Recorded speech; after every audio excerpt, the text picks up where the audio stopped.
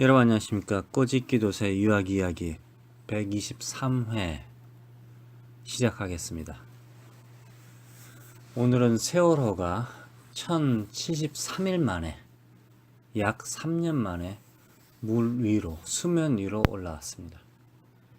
그래서 이걸 보고 느낀 거를 그 전에 제가 좀 느꼈던 게 있었어요. 생각한 게. 그 생각과 함께 세월호가 수면으로 떠오른 나를 생각하며 기억하며 지금까지 3년 동안의 그 괴로움, 처절한 싸움을 생각하며 또 앞으로 돌아와야 될 아직도 9분의 생명이 돌아오지 못했나요? 그분들을 생각하면서 제가 이 123회를 시작하겠습니다. 오늘은 영화 한 편 소개하면서 제가 그 전에 생각했던 세월호에 대한 생각을 좀 얘기해 보겠습니다. 미국 영화에서 보면요, 1970년대, 80년대 미국이 많이 발전했죠. 우리나라 같은 경우는 이제 뭐 어떻게 보면 80년대도 발전하고 90년대도 발전했지만은 우리는 90년대 말부터 엄청나게 발전했다 보면 될 것 같아요. 그전에도 발전했지만은, 그러니까 그전에는 물리적인 거, 손으로 만드는 거, 근데 이제 2000년대 들어오면서 점점 IT 쪽으로 발전돼서 급속하게 성장하면서 한국에 대해서 전 세계 선전을 하기 시작했죠. 미국은요, 한 70년대부터 자신의 나라를 외국에 선전하기 시작했습니다. 뭐 당연히 그전부터 아주 위대한 나라였습니다, 사실. 그런데 미국이 1945년도 진주만 사건이 언제였죠? 12월 8일날 공격당했는데 진주만 사건이 터졌을 때 미국은 정말 황당한 거였죠. 1940 몇 년도에 발생했겠죠? 한 40년 전이나. 그런데 미국은 이제 9/11, 2001년도 9/11 빼놓고는 사실 실제 테러 말고 외국 국가가 개인이라든가 어떤 조그만 단체가 아니라 국가가 미국 본토를 공격한 적은 아마 일본이 처음이었던 것 같아요. 그것도 일본 아주 무시했는데, 근데 걔네들이 비행기를 타고 와서 진주만을 갖다 작살내버렸죠. 그러니까 하와이죠. 하와이. 그리고 뭐 거의 샌프란시스코까지 왔다는 얘기가 들었는데요. 여러분이 찾아보시면 알 거예요. 그러니까 그 정도로 일본에 대한 그 배신 또는 일본이라는 작은 나라에 당한 거에 대한 충격, 이게 무지막지했다 합니다. 그래서 70년대 영화를 만들었는데요. 에어포트 시리즈가 있어요. 공항 시리즈, 에어포트 시리즈. 또는 80년대, 1980년 정도에 만든 영화가 있어요. The Final Countdown이라는 영화가 있어요. The Final Countdown. 유명한 이제 커트 러셀 나오는데 이 영화 전체적으로 다 보면요. 특히 뭐 Final Countdown 영화를 보면은 미국의 군사 산업, 무기, 체계, 비행기, 뭐 배 이런 거를 완전 선전하는, 마치 우리나라의 1970년대 박정희 시대 군사 독재 시대의 대한 뉴스 같은 느낌이 들 정도로 그런 영화입니다. 근데 거기에 약간 좀 재미를 가했죠. 최근에 한 2번 더 봤거든요. 재밌어요. 나쁘진 않아요. 막 두근두근하죠. 아, 저걸 갖다 역사를. 근데 이제 그 1980년대 초에 그 영화를 만들었는데 미국의 헐리우드라든가 이 사람들이 얼마나 지성이 있나, 무식하지 않다 이거죠. 똑똑하다? 아니면 현명하다? 영화에서는 뭐 별짓 다 해도 되잖아요, 사실. 그런데 The Final Countdown에서는요. 잠시 내용 얘기해 줄게요. 항공모함 있잖아요, 항공모함. 한국말은 에어크래프트 캐리어라고 합니다. 그건 당연하죠. 비행기를 갖다가 운반하니까 에어크래프트 캐리어.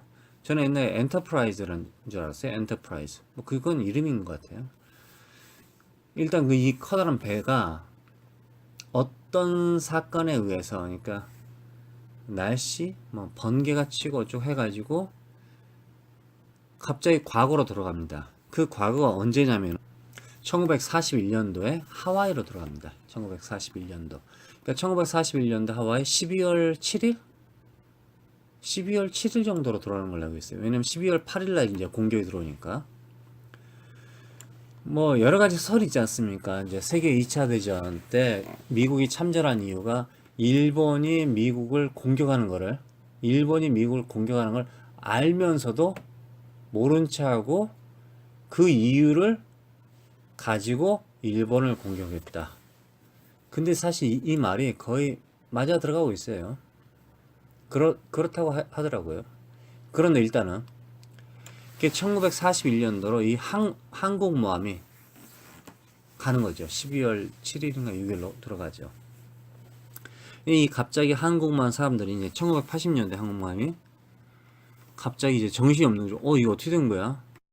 아마도 영화에서 F-15 정도가 나왔을 것이고요. 뭐 F-15가 상당히 오래된 비행기니까 아마 1980년대 만들었으니까 F-15. 근데 F-15에 뭐 이글도 있고 뭐 여러 가지 이득이 있대요. 이제 버전이 점점 좋아지는 거죠. 일단 F-15가 그때 나왔을 것 같아요. F-16은 없을 것 같고 아마도. 그러니까 영화에서 F-15가 나왔는데 이놈의 비행기가 지금도 날아다니잖아요. 장난이잖아요. 그죠? 근데 이게 1940년도로 가버린 거야. 1941년도로. 그러니까 어떻게 되겠어요? F-16도 있었네요. 아마 그 영화에 F-16도 있었을 것 같아요. F-16도 오래된 비행기네. 그러고 보니까. 그러니까 1940년도에 일본이 뭐 비행기가 진짜 그 자동차 엔진, 오토바이 엔진 같은 거 달고 날아다니는 이런 비행기를 타고 진주만을 공격했는데 이 공격하기 전에 항공모함과 F-16, 뭐 F-15 이런 뭐 정말 환상적인 비행기들을 가지고 과거로 돌아간 거죠. 그래서 이 사람들이 그런 말을 해요. 근데 실제로 미국에서 실험을 했다고 그러죠. 우리 그 국회의원 중에서 군사 무기에 대해서 잘 아시는 분 있지 않습니까? 정의당에. 그분도 말씀하시던데요. 뭐 저는 모르니까 잘. 근데 이제 F-16인가? 뭐 지금 같으면 F-22 랩터 이게 가장 좋은 비행기라고 그러잖아요. 그걸 왜 안 파는지 모르겠어요. 그건 안 팔고 F-35 이제 개발하는 걸 갖다 우리에게 팔겠다 이러는 거 아닙니까? 사실 완성되지는 않았어요. 그 비행기가 모델이 있어서 이제 그 조종사들이 운전하고 돌아다니고 하는데 실제로 우리나라 조종사가 전투 조종사가 그 비행기를 운전했다든가 그런 적은 없고요. 일단은 F-22 랩터 정도가 만약에 북한의 모든 비행기랑 싸운다 하늘에서 그럼 어떻게 되는지 아세요? 랩터 한 대로 북한의 모든 비행기를 다 격추시킬 수 있습니다. 한 대로. 그러니까 F-15, 16 이게 꼭 거짓말 같죠? 실제로 그렇대요. 그러니까 이런 걸로 오시면 돼요. 제가 만약에 이제 막 현대 새끼들 말하기 싫으니까 이렇게 합시다. 그냥 저 BMW 자동차 한 대를 타고 자동차 경주장에 들어갔어요. 근데 거기에 이제 꼬마 아이들, 어린 아이들이 발로 이렇게 굴리는 자동차 있잖아요. 애들 장난감 자동차. 그걸 타고 있는 거야. 막 100대, 20대가 있는 거야. 근데 그런 애들이 그 아이들이 아무리 쫓아와도 BMW를 따라잡을 수가 없다 이거죠. 당연히 기름이 떨어지면 근데 기름이 떨어지기 전에 막 쫓아오는데 뒤로 돌아서 뭐 다 해결할 수 있다 이거죠. 그러니까 그 정도로 대단한 비행기다. 그런데 뭐 70년대 만들었던 게 이제 80년대, 90년대 보세요. 10살짜리하고 15살짜리가 싸운단 말이에요. 북한이 만약에 한 5살짜리 비행기를 가지고 있다 칩시다. 5살짜리. 우리는 20살짜리. 예, 버전이 그렇게 좋다 이거죠. 그러면은 다 이길 수 있다 이거죠. 근데 옛날 1940년대 일본 비행기는 마이너스 한 20, 마이너스 50 정도 되지 않겠어요? 엄청나게 버전이 낮다 이거죠. 그러다 보니까 이 영화에서는 뭘 보여주냐면요. 일본에게 당한 게 너무나 억울한 거야. 그 말투가 막 너무나 억울한데 우리가 이 항공모함, 이 비행기로 저 새끼들 다 조져버릴 수 있는데 싹 다 조져버릴 수 있는데 그렇잖아요. 완전 깨끗하게 조져버릴 수 있죠. 수 있는데 어떡하지 막 이런 이제 근데 마지막에 그 주인공은 그리고 저기 선장이라 해야 되나요? 캡틴이라 해야 되나? 뭐 대장은 마지막에 우리가 이 전쟁을 참여하면 안 된다. 그런 얘기를 해요. 그 이유가 뭐냐 그러니까 역사를 바꿀 수는 없다. 역사를 그대로 역사는 흘러가야 된다. 그 부분에서 영화니까 뭐 재미로 그냥 다 조져버리면 되잖아요. 그런데 영화인데도 역사를 갖다 그대로 놔둬야 된다 이런 얘기를 하더라고요. 그러면서 이제 그 영화의 뭐 클라이맥스는 항공모함에서부터 뭐 비행기 뭐 이런 걸 갖다가 막 선전하는 그런 뭐 장이었어요 사실은. 그러다 보니까 제 눈에는 군사 무기 광고 같은 느낌 들더라고요. 근데 이게 에어포트라는 영화가 있어요. 1970년대부터 만들었거든요. 에어포트 77, 에어포트 뭐 이런 식으로 해서 재난 영화예요. 재난 영화. 재난. 그러니까 에어포트 공항에 사고 났다, 뭐 비행기가 추락했다, 비행기가 침몰했다, 뭐 이런 재난 영화인데 여기에 이제 특수부대들이 나와서 뭐 실질적으로 뭘 하고 뭐 하는 그런 영화인데 이 내용을 보면 이제 테러리즘 그때부터 그랬네요. 테러리스트에 대해서 뭐 우리 군대가 어떻게 한다 이런 광고 영화였는데요. 제가 이제 눈에 띄는 게 원래 시리즈가 재밌긴 재밌었는데 세월호가 침몰하면서 이 영화를 다시 한번 봤는데 우연하게 너무나 좀 인상적인 게 있었어요.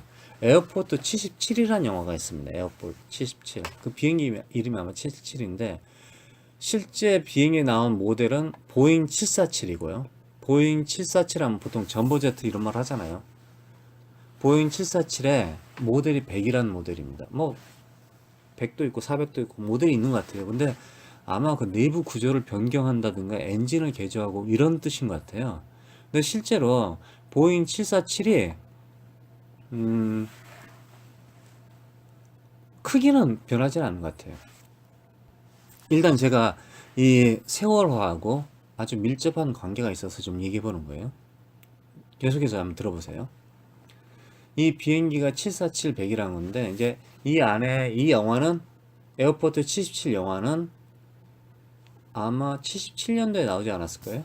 그런데 이 영화는 좀 약간 그 안을 고급으로 만들어 가지고 고객이 한 30명 정도 타는 프라이빗 젯 식으로 만들어진 비행기였어요. 거기에 이제 어떤 나쁜 세계가 타서 비행기가 이제 추락을 하죠.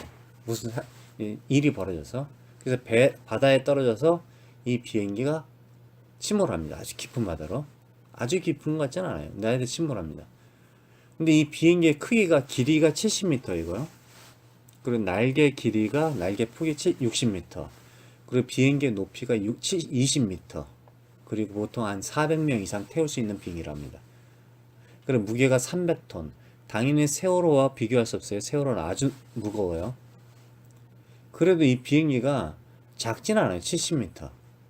그리고 이제 물이 점점 차 있고 안에 이런 것 같은데 이 비행기가 이제 침몰해서 불행하게도 안에서 사람이 죽은 사람도 있고 하는데 어떻게 해서 이 비행기의 위치를 찾아냅니다. 특수부대들이 뭐 바닷가 해수부죠 한마디로 해군이 찾아내서 특수부대에 들어가서 이 비행기의 밑에 비행기가 이제 바닥에 이제 잠겨 있는 상태에 있는데 이 비행기 밑부분에 구멍을 뚫어요. 구멍을 뚫는 게 비행기와 바다의 바닥 사이를 갖다 구멍을 뚫는다는 뜻이에요. 비행기를 구멍 뚫는 게 아니라 구멍을 뚫고요.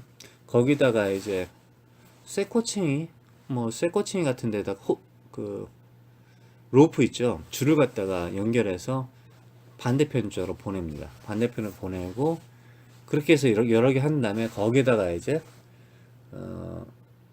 벌룬, 그러니까 풍선을 갖다가 해서 이 비행기를 띄워 올리는 장면이 나와요. 근데 그게 상당히 짧은 시간에 이루어지고 있어요. 이루어지고 있고, 그리고 그 자막으로, 영어 자막으로 실제로 지금 보여주는 것은 미국 기술입니다. 미국에서 사용하는 기술입니다. 이렇게 써 있어요. 이렇게 나와 있어요. 그러니까 이것도 어떻게 보면 이제 미국 기술을 선전하는 거예요, 사실은. 미국 기술. 미국이 비행기가 이렇게 침몰해도, 아니면 배가 침몰해도 이렇게 건져낼 수 있다, 이런 걸 갖다 이제 보여주는 거였어요. 근데 거기서는 뭐 무지막지하게 특수한 기술이 있는 것도 아니었어요, 사실은.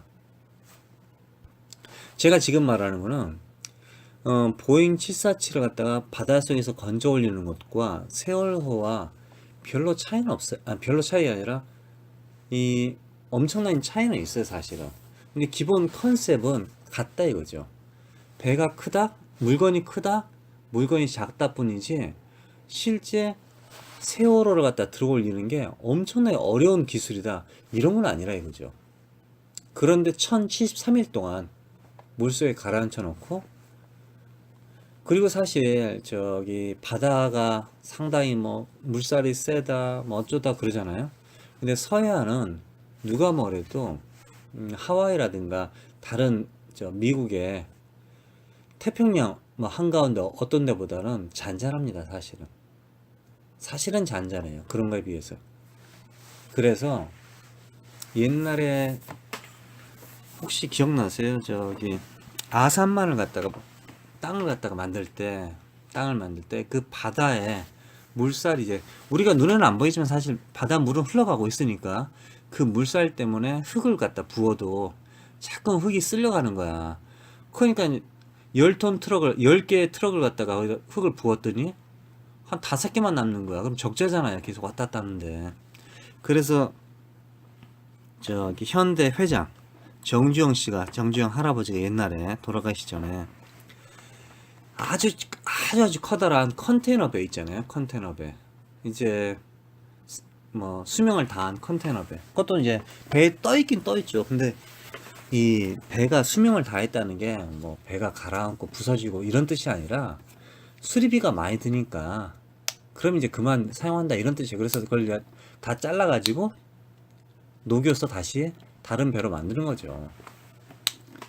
그 배를 갖다가 버리기 전에 이 커다란 배를 물이 이제 흘러오는 쪽 거기를 막았어요. 배를 세워놓은 거죠. 그냥 단순하게 세워놓고 작업을 했더니 물살이 약해지면서 흙을 쌓는데 편해서 이 아산만이 된 거예요.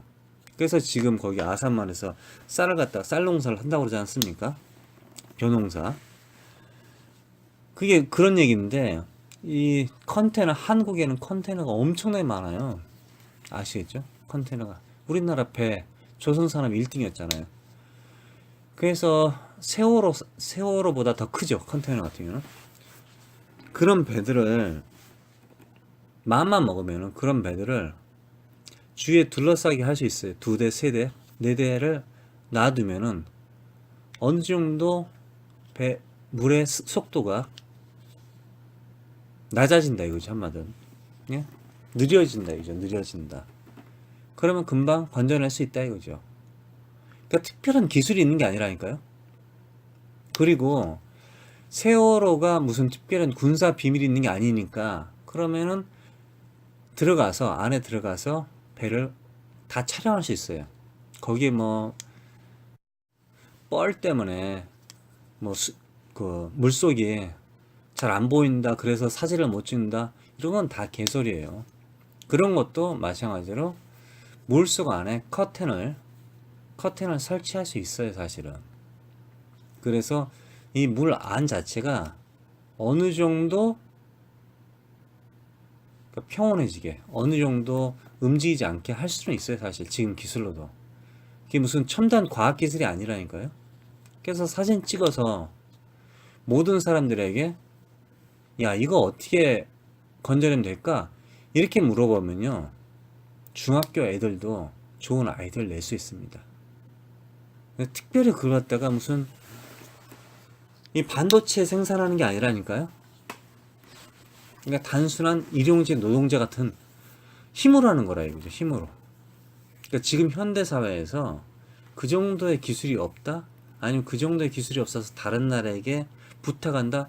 이런 건 말이 안 된다 이거죠. 한국에서. 그러니까 그게 사기라 이거죠.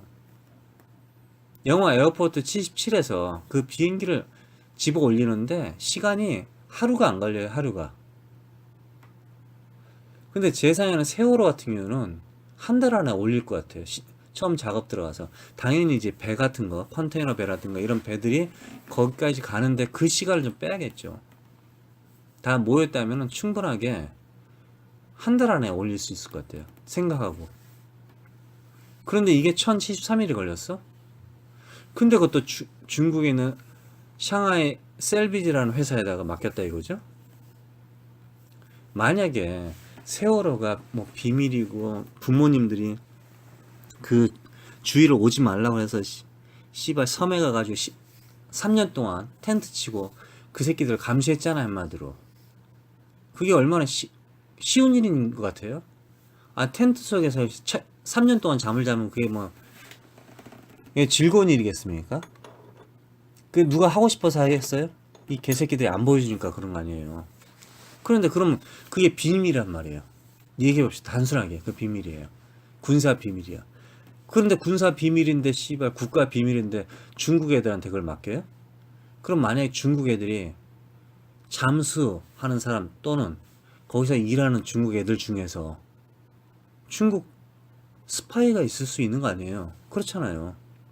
스파이가 없어도 어떤 사람 그림을 잘 그리는 사람이 있을 수 있잖아요. 그럼 그 사람이 그림을 그려가지고 어떤 방법으로든 중국하고 연결해서 보낼 수 있잖아요.